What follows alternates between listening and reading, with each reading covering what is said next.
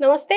ఒక హీరో గురించి చెప్పాలంటూ మనతో పాటు డిస్కస్ చేయడానికి మనతో పాటు ఉన్నారు. కనగాల జయకుమార్ గారు, ప్రముఖ రైటర్. సో, ఆయనతో మాట్లాడదాం. అసలు ఆయన ఏం చెప్పాలనుకుంటారో ఆయన్ని అడిగి తెలుసుకుందాం. నమస్తే సార్. నమస్తే అమ్మా. సార్ ఏంటి సార్ ఒక హీరో గురించి చెప్పాలి అని చెప్పేసి మనకి తెలుగు చలనచిత్ర సినిమాలో అగ్ర కథానాయకులు ఇద్దరున్నారు. రామారావు గారు, నాగేశ్వరరావు గారు. అది ఒకప్పుడు కదా సార్. అప్పటి గురించే చెప్తున్నాం. అప్పుడు కథానాయకుడి గురించే చెప్పబోతున్నాను నేను. సో వాళ్ళిద్దరూ అగ్ర కథానాయకులైతే మూడో నెంబర్లో మరొక కథానాయకుడు ఉన్నాడు. ఆయన పేరు కాంతారావు. ఆయన్ని కత్తి కాంతారావు అన్నారు. కత్తి యుద్ధంలో చాలా అద్భుతంగా కత్తి యుద్ధం చేస్తాడు ఆయన. చాలా అందగాడు, బాగుంటాడు. సో రామారావు గారు, నాగేశ్వరరావు గారితో సినిమాలు తీసే అటువంటి వాళ్ళు వాళ్ళ కాల్ షీట్ దొరక్కపోతే ఈయనతో సినిమా తీసేవాళ్ళు, కాంతారావు గారితో. ఆయన బాగుంటాడు. తర్వాత బాల్యం అంతా చాలా అద్భుతంగా జరిగింది ఆయనకి. చాలా అందగాడు, చాలా అల్లరివాడు, దుందుడుకు స్వభావం. 8th క్లాస్ వరకు చదువుకున్నాడు ఆయన, పెద్దగా చదువుకోలేదు. అయితే ఇక్కడ ఒక గమ్మత్తు ఉంది. ఏంటంటే వీళ్ళ తండ్రి గారు ఆయనకేదో అనారోగ్య పరిస్థితి వచ్చి తను చనిపోతానని తనకు తెలిసిందంట. తెలిసి ఇక్కడ చనిపోతే బాగుండదు, కాశీలో వెళ్ళి చనిపోదామని, కాశీలో వెళ్ళి చనిపోతే పుణ్యం వస్తుందని కాశీ వెళ్ళి అనుకున్నట్టే చనిపోయాడు ఆయన. ఆయనతో పాటు 2 భార్యలు ఆయనకి. సో చిన్న భార్య వెళ్ళింది. అక్కడికి వెళ్ళి ఆయన కార్యక్రమాలన్నీ ముగించేసుకుని వచ్చింది. వచ్చిన తర్వాత ఏం చేసింది, అప్పటికే 400 ఎకరాల ఆస్తి అంతా ఉంది వీళ్ళకి. బాగా స్థితిమంతులు వీళ్ళు. అయితే అట్నుంచి వచ్చిన తర్వాత ఆవిడేం చేసింది, ఆస్తి అంతా నాకే రాశాడు, ఇప్పుడు ఈయనకి పిన్ అవుతుంది కదా, ఆస్తి అంతా నాకే రాశాడు సో అని చెప్పి కోర్టులో కేసేసి కోర్టు చుట్టూ తిప్పి వాళ్ళ ఆస్తి అంతా కాజేసింది. తండ్రేమో కాశీలో చనిపోయాడు, పిన్నేమో ఆస్తి అంతా కాజేసింది. వీళ్ళు కోర్టుల చుట్టూ తిరిగారు. అయితే గుడ్డిలో మెల్ల ఏంటంటే ఈయనకి వంశపారంపర్యంగా వచ్చేటటువంటి మున్సబు ఉద్యోగం వచ్చింది ఆయనకి. సో ఆ మున్సబు ఉద్యోగం చేస్తూ బ్రతుకీడుస్తూ ఉన్నాడు.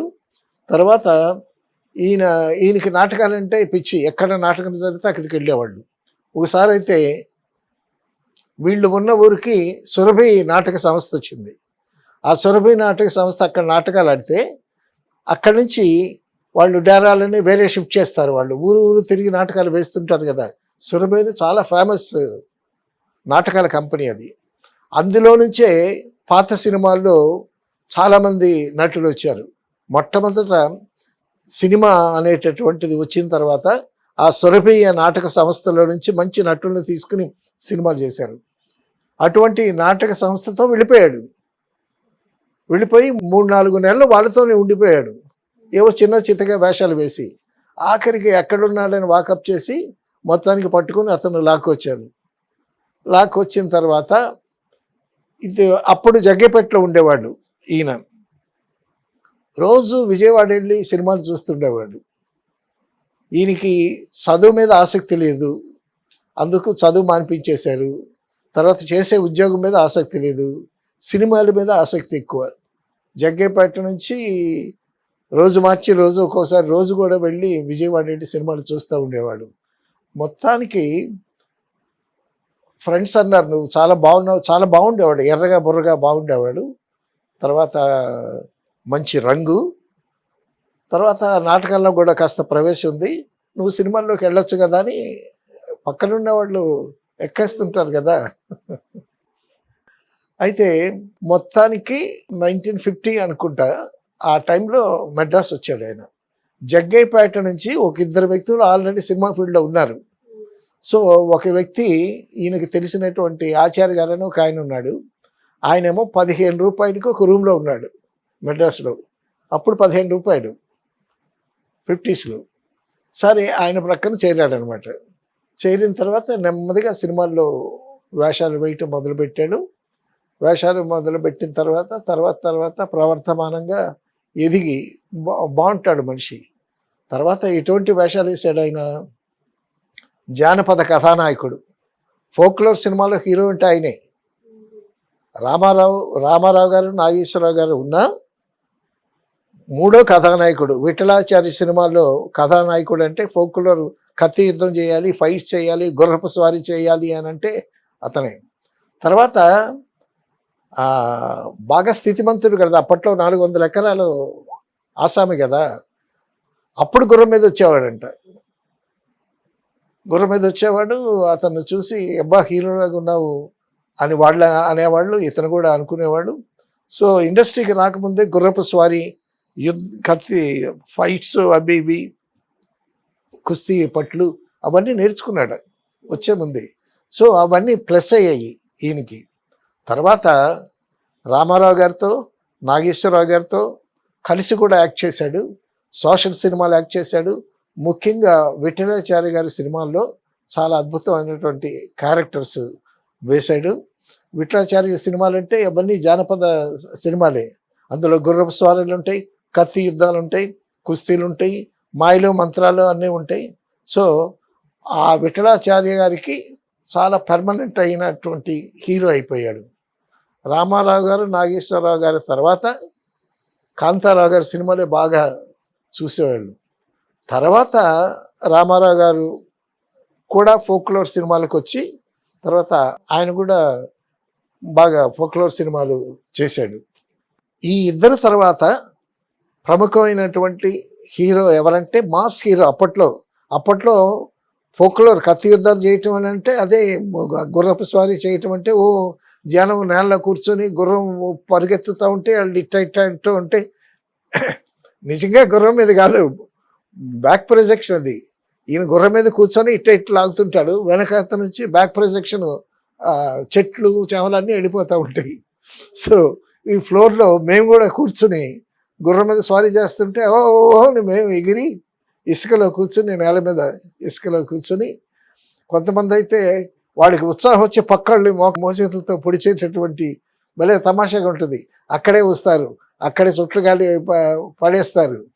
ఏం తెలీదు. ఆ సినిమా చూడటం అంటే ఒక పెద్ద లగ్జరీ అనమాట.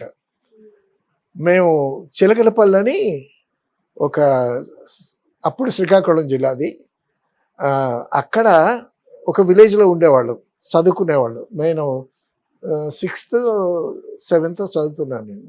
మా మదర్ సినిమాకి వెళ్తామంటే డబ్బులు ఇచ్చేది. డబ్బులు ఇస్తే నేను, మా తమ్ముడు, తర్వాత కొంతమంది కలిసి 2 ఎడ్ల బండి కట్టించుకునేవాళ్ళు. ఆ 2 ఎడ్ల బండి కట్టేవాడు, సినిమాకి వెళదామని వాడే ముందు వచ్చేవాడు.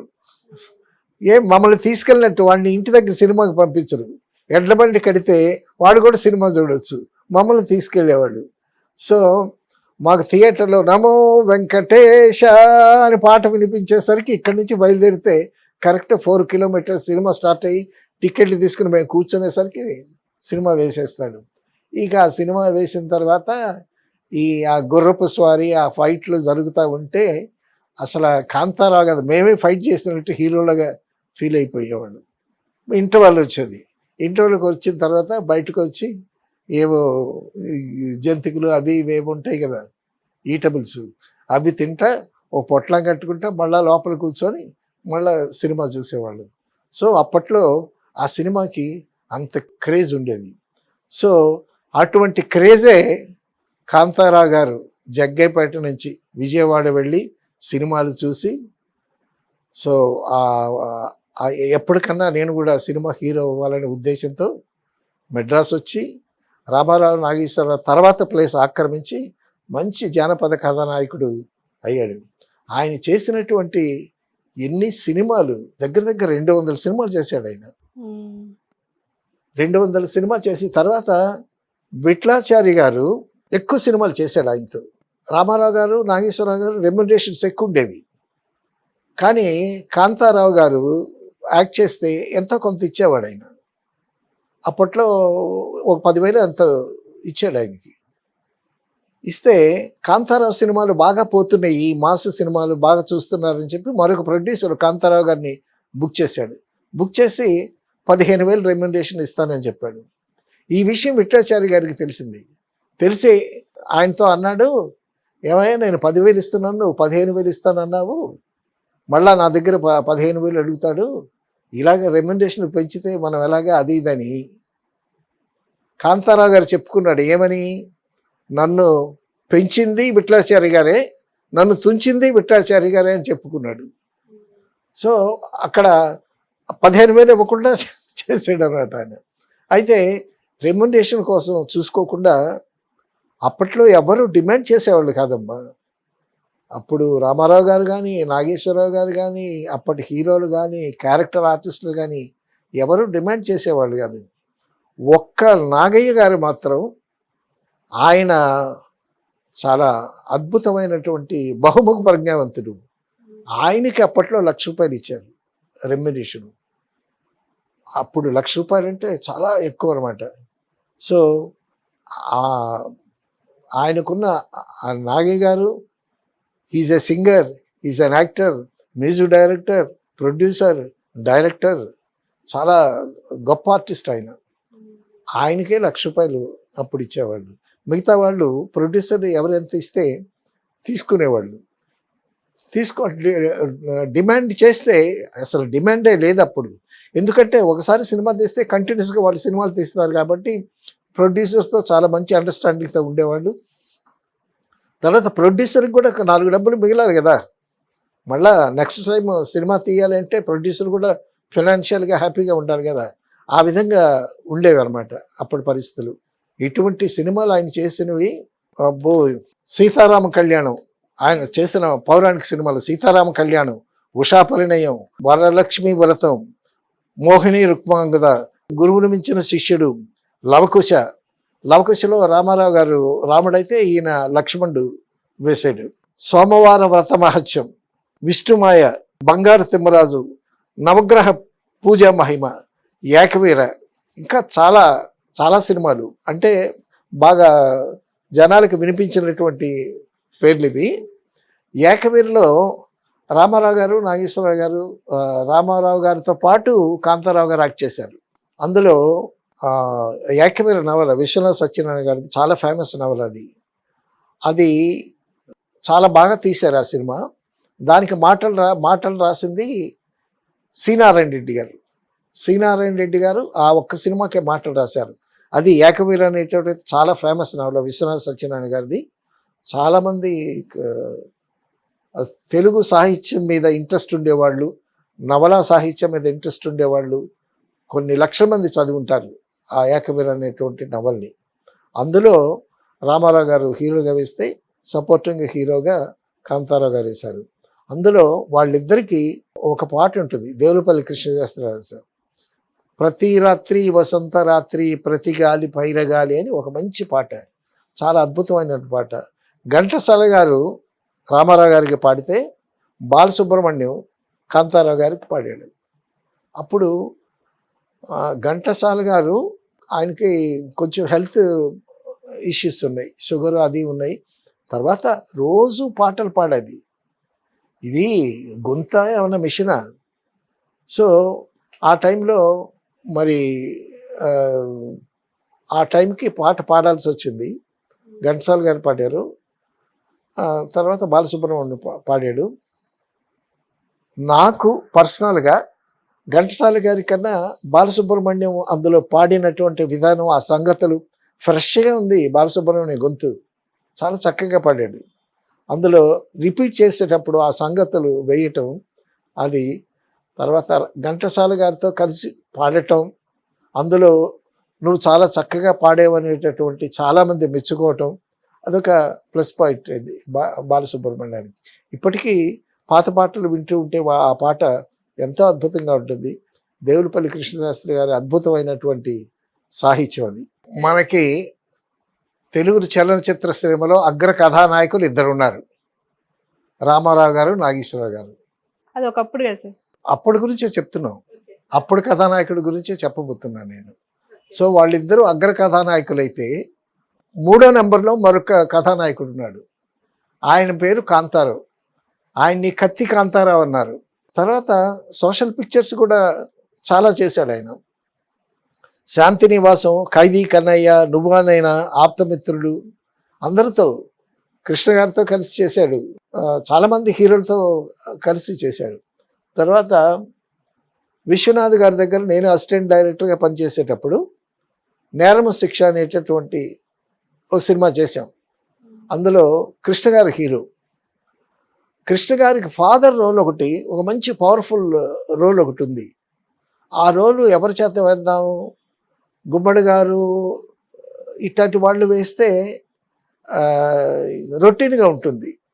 కాబట్టి ఆ క్యారెక్టర్ని ఎవరైనా ఒక మంచి ఆర్టిస్ట్ని వెయ్యాలి అని చెప్పి కాంతారావు గారు వేస్తే బాగుంటుందని అనుకొని కాంతారావు గారిని కాంటాక్ట్ చేస్తే కృష్ణ, కాంతారావు గారు ఇద్దరు కలిసి హీరోలుగా యాక్ట్ చేశారు కొన్ని సినిమాల్లో. సో ఇప్పుడేంటి, కృష్ణకి ఫాదర్గా అడగటం జరిగితే ఆయన అటు ఇటు ఆలోచించి మొత్తానికి ఆయన ఒప్పుకున్నాడు, చేస్తానని ఒప్పుకున్నాడు. సో అదొకటి ప్లస్ పాయింట్ అయింది నేరం శిక్ష అనేటటువంటి సినిమాకి. ఎందుకంటే ఒక యంగ్ హీరోకి ఆయన రామారావు నాగేశ్వర గారు థర్డ్ ప్లేస్ కదా. సో తర్వాత ఫ్రెష్గా వచ్చినటువంటి వాళ్ళు కృష్ణ, శోభన్ బాబు వీళ్ళు. అప్పుడు కృష్ణతో ఫాదర్ వేషం వేయటానికి వేస్తే ఆ క్యారెక్టర్ చాలా బాగా పండింది. మోస్ట్ స్ట్రిక్ట్ ఫాదర్ అనమాట. కృష్ణ గారేమో హ్యాపీ గో లక్కీ బాయ్ లాగా కారు డ్రైవ్ చేస్తూ ఒక యాక్సిడెంట్ చేస్తే అప్పుడు ఆ యాక్సిడెంట్లో ఒకటి చనిపోతే అప్పుడు స్ట్రిక్ట్ ఫాదర్ కదా తండ్రి, అతన్ని ఇంట్లో నుంచి వెళ్ళగొడతాడు. మనుషుల విలువ తెలియదు, రూపాయి విలువ తెలియదు, నువ్వు నా సంపాదన మీద ఈ ఐశ్వర్యంలో పుట్టావు కాబట్టి నీకు విలువలు తెలియవు, నువ్వు బయటికి వెళ్ళి ఒక రూపాయి సంపాదించి జీవితం అంటే ఏమిటో తెలుసుకో, get out from my house అని అంటాడు. తల్లి అడ్డం పడ్డా కూడా మరి హీరో కదా, తనకి పౌరుషం వచ్చి కట్టుబట్టలతో బయటకు వచ్చేస్తాడు. సో ఆ సీను మోదుకూరి జాన్సన్ గారు రాశారు, రైటరు, చాలా అద్భుతంగా రాశాడు. తర్వాత ఆ సీన్ జరిగేటప్పుడు తండ్రి ఏమో ఇంట్లో నుంచి వెళ్ళిపోమన్నాడు, కానీ తల్లి అడ్డం పడింది. ఆ తల్లి అడ్డం పడేటప్పుడు అక్కడ సీను ఎట్లా డ్రైవ్ చేయాలి అని చాలా ఆలోచించి ఒక 2-3 రోజులు టైం తీసుకుని చాలా బాగా రాశాడు ఈ సీను. తర్వాత తల్లి అడ్డం పడ్డా కూడా హీరో కాబట్టి పౌరుషంగా బయటికి వెళ్ళిపోతాడు. సో ఆ విధంగా తను హీరోగా చేస్తూ తర్వాత క్యారెక్టర్ ఆర్టిస్ట్గా వేయాల్సినటువంటి పరిస్థితి వచ్చిందమ్మా. బాగా సంపాదించాడు, మంచి పేరు వచ్చింది. తర్వాత ఆయన కొన్ని సినిమాలు తీశాడు, సప్తస్వరాలని కొన్ని సినిమాలు తీశాడు. ఆ కొన్ని సినిమాలు తీయటంతో చాలా దెబ్బతిన్నాడు ఆర్థికంగా. ఎంత దెబ్బతిన్నాడంటే టీవీ సీరియళ్ళు 1500కి కూడా యాక్ట్ చేశాడు పాపం. సో ఆయన పక్కన దూరదర్శన్లో టీవీ సీరియల్లో సినిమాల్లో చిన్న చిన్న వేషాలు వేస్తూ ఆయన పాపం మరి అంత ఆస్తి, అంత ఐశ్వర్యం, అంత పేరు ప్రతిష్ట పోయినా కూడా మరి ఆయన పరిస్థితుల ప్రభావం అయితే ఆయన రిగ్రెట్స్ ఏమి ఫీల్ అవ్వాల. ఎందుకంటే ఐశ్వర్యం ఉంటుంది పోతుంది అని తన జీవనోపాధి సాగించడం కోసం చిన్న చిన్న వేషాలు కూడా వేశాడు. ఎక్కడ 400-500 ఎకరాల ఆసామి, రామారావు నాగేశ్వరరావు గారి తర్వాత థర్డ్ ప్లేస్లో ఉండేటటువంటి హీరో. అటువంటి హీరో చిదిగిపోయి ఇంత చిన్న వేషాలకు కూడా ప్రిపేర్ అయ్యి ఆయన్ని చూస్తే మాకే అసిస్టెంట్ డైరెక్టర్గా మేము ఉండేటప్పుడు జాలేసింది. దర్శక నిర్మాతలు కూడా పాపం ఎలా వెలిగాడు, ఇలాగ అయిపోయాడు అని ఆయన్ని చూసి చాలా ఫీల్ అయినటువంటి సందర్భాలు చాలా ఉన్నాయి. ఈయన చేసినటువంటి క్యారెక్టర్స్లో, పౌరాణిక క్యారెక్టర్స్లో చాలా అద్భుతంగా, చాలా సూటబుల్గా ఉన్నటువంటి ఆయనకి క్యారెక్టర్ నారదుడమ్మ. నారదుడు క్యారెక్టర్ అంటే కాంతారావు గారి. నారదుడు చాలామంది వేశారు. నారదుడు నాగేశ్వరరావు గారు వేశాడు పాత సినిమాలో. తర్వాత ఈలపాటి రఘురామయ్య నారదుడు వేశాడు. తర్వాత శోభన్ బాబు నారదుడు వేశాడు. ఎంతోమంది నారదుడు, చలం నారదుడు వేషం వేశారు. కానీ నారదుడు అంటే కాంతారావు గారు యాక్ట్ చేసినట్టు కరెక్ట్గా సూట్ అవుతాడు ఆయన. ఆయన స్ట్రక్చర్ కానీ, తర్వాత ఆ నారదులు అంటే కలహాలు పెట్టేవాడు కదా, ఇక్కడ ఒక మాట అక్కడ ఒక మాట. సత్యభామకిని కృష్ణుడికే పెట్టాడు ఫిట్టింగ్.